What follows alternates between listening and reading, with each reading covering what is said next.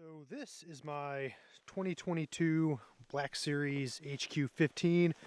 All in all, I've spent about, I don't know, 16, 17 nights in this thing so far. And this video, I'm going to tell you everything that I already don't like about it.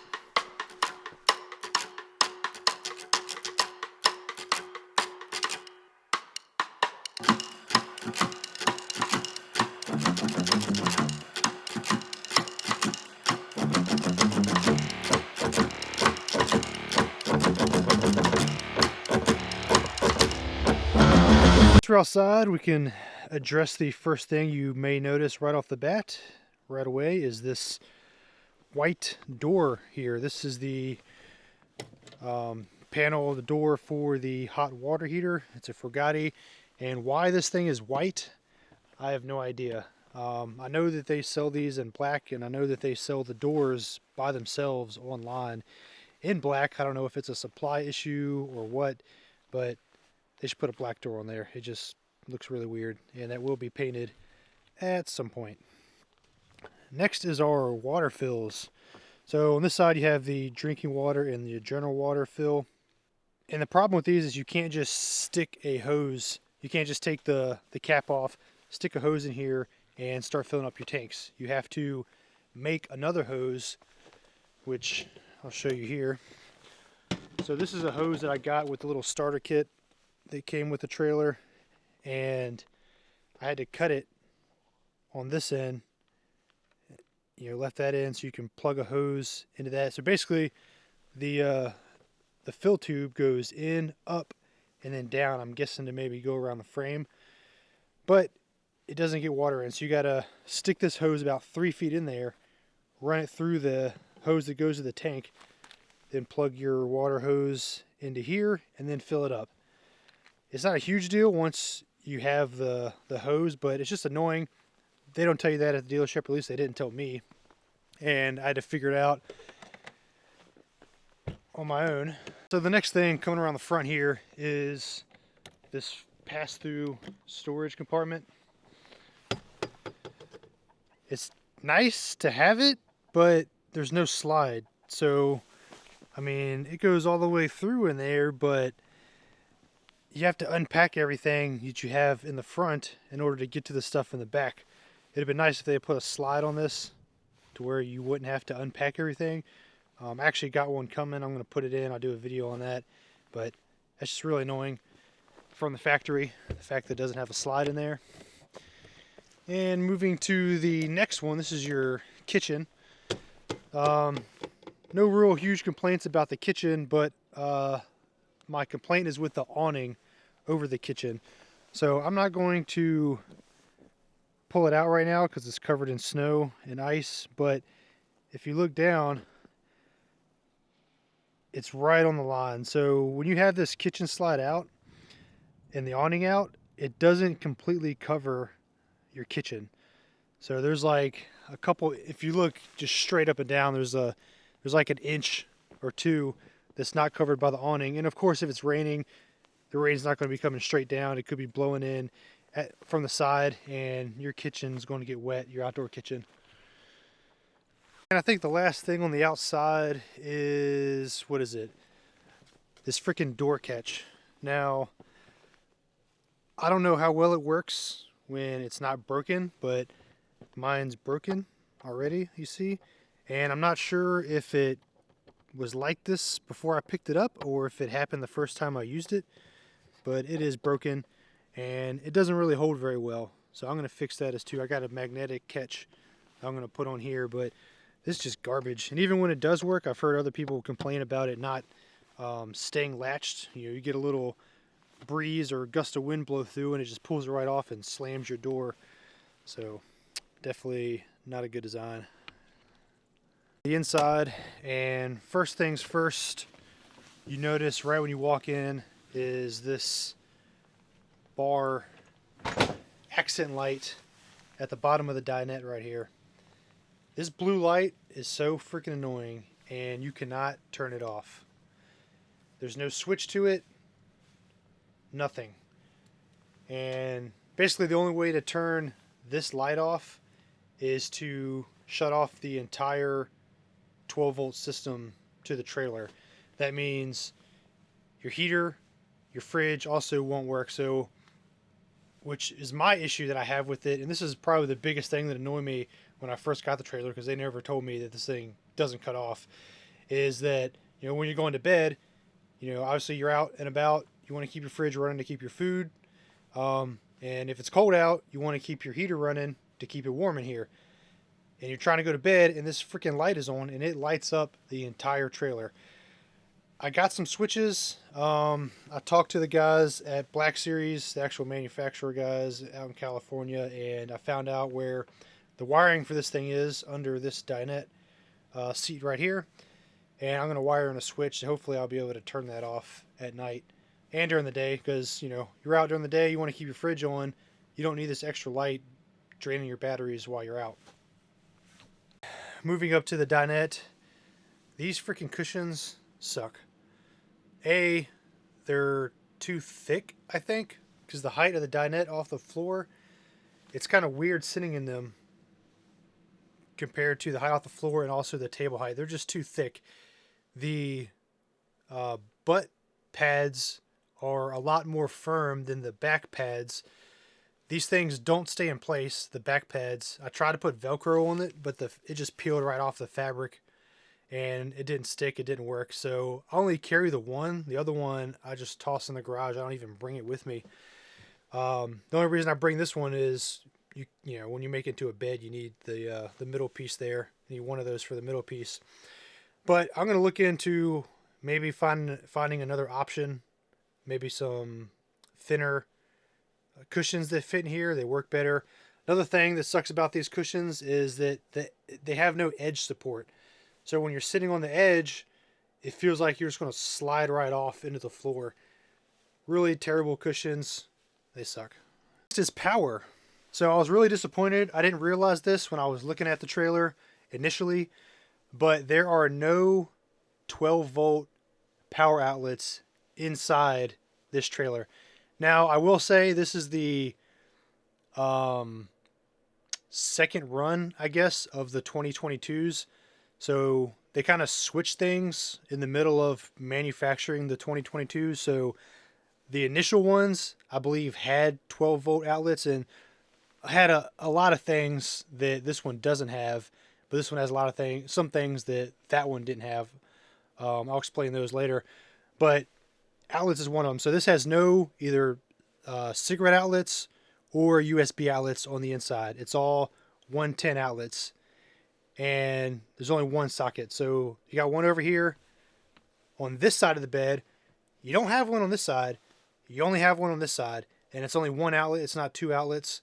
So you got the one there. You have a dual outlet under here, under the dinette, which is a weird place. It's kind of hard to get to. Not really convenient to plug anything in right there. You have this one, which is a GFCI outlet over by the door.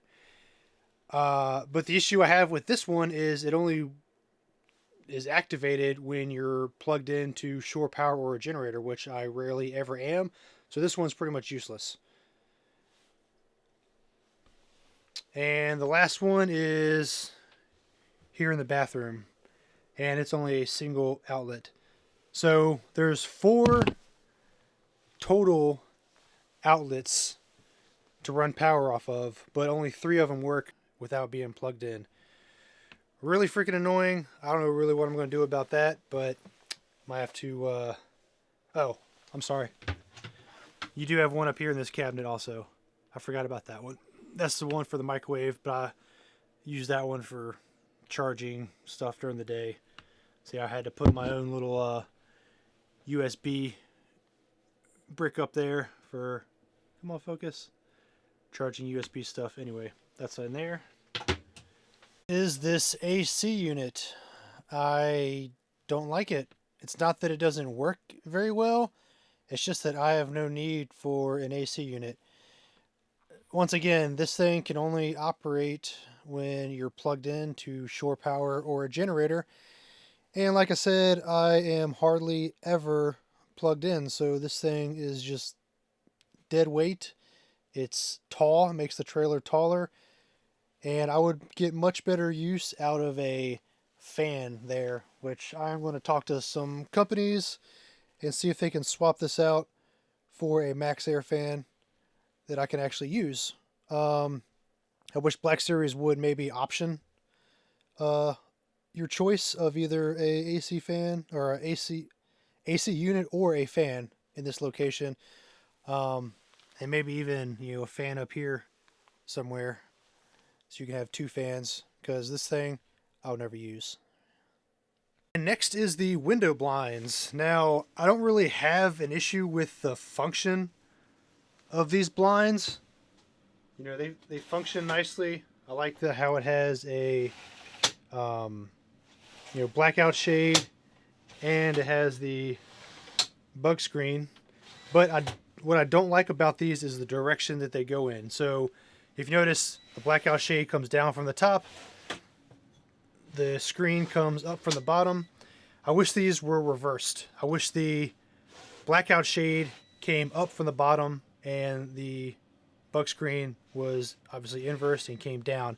The reason for that is when you're in here at night, obviously when you have lights on inside and it's dark outside, people can see in, but you can't see out. The issue with having it this way is that when you have the blackout shade down and you want to put a little crack and maybe look out, turn your lights on and look out, it's at the bottom. So you got to like crouch down, and then people can see more of the inside of your trailer, like waist height. If the crack was up top, and you had it cracked, it's at eye level for you, you can look out easily. And if people were looking in, all they're going to see, because they're looking up at an angle, is your ceiling. So I wish that these were flipped around. I don't know, maybe I can look at options for making that happen, or I don't know, maybe I'm just stuck with them like this. Down to the refrigerator. This is my next kind of beef with this trailer and how small this thing is. Granted, this is an obvious one. You know this before you buy the Black Series or the HQ15 anyway. The size of the fridge. You know what you're getting into. You see it. It's right there. It is what it is. My question is, though, could they have put a bigger fridge in here? Now, I know at the top, that space, that's needed for, venting purposes, and that's the bottom of the cooktop. You got the bottom of the propane burners in here, and the plumbing and gas lines and all that.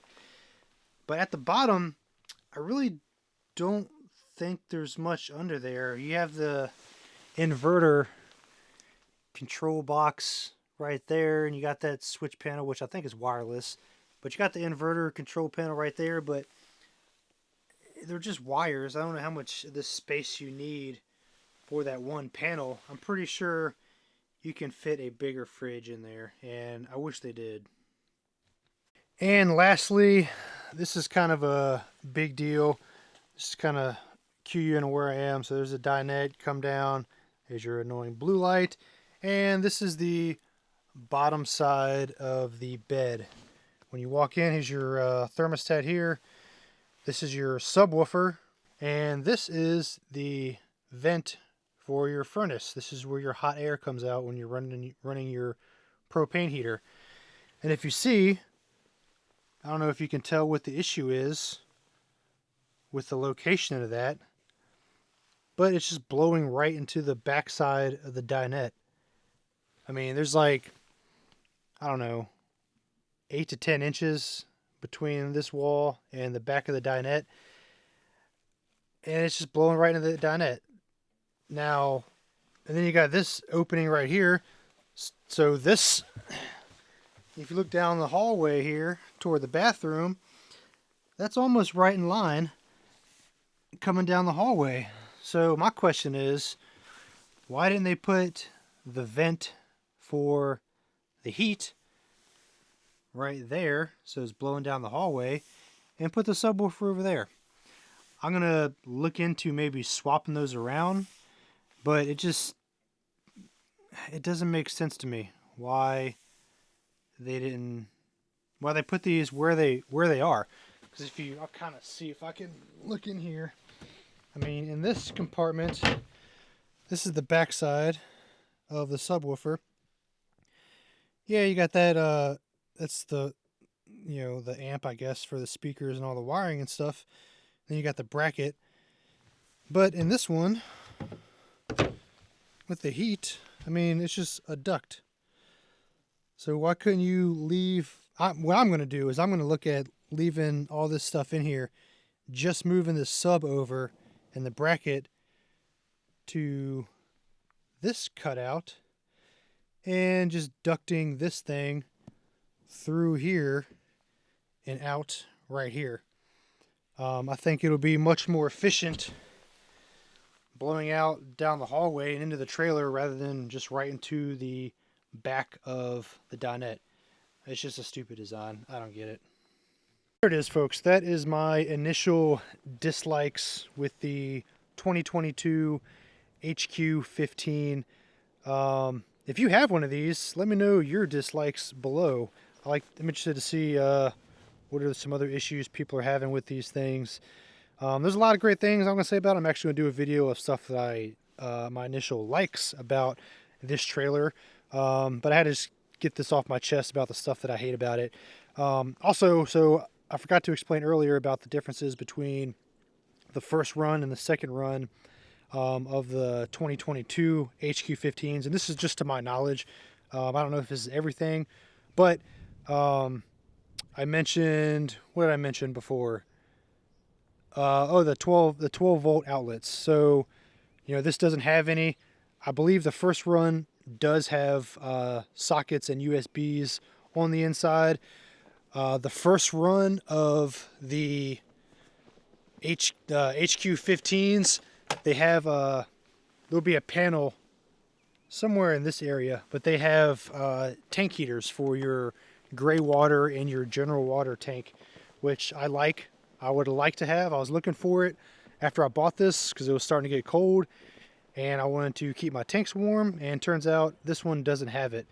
But what this one does have over the first run, which I noticed and why I bought this one without noticing the other things, is that it has 4 150 watt solar panels on top and 4 100 amp hour AGM batteries. So I believe the first run only has 2 and 2. 2 solar panels and 2 batteries. This one has 4 solar panels and 4 batteries, which I will say is pretty nice. I went out for a week-long trip in it.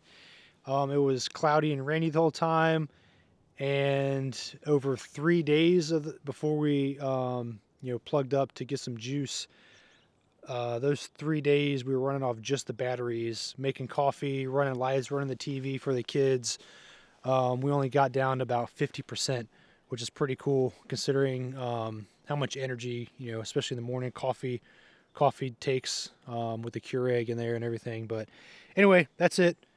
Thanks you all for watching. Hope you got something out of this, and see ya.